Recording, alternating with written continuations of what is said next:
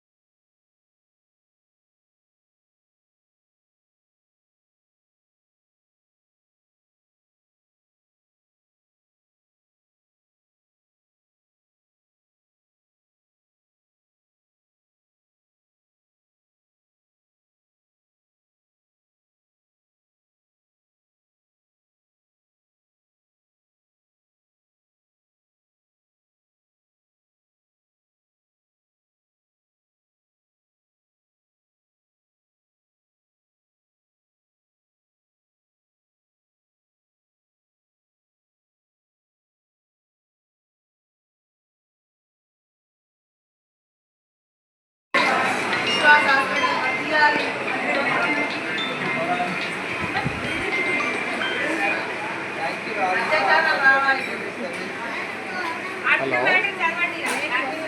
భయ్యా, నమస్తే, సాయిరామ్. ఎక్కడ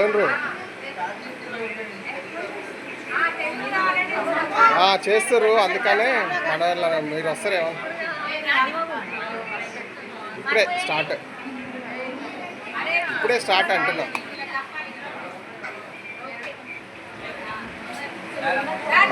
మనదని పాపం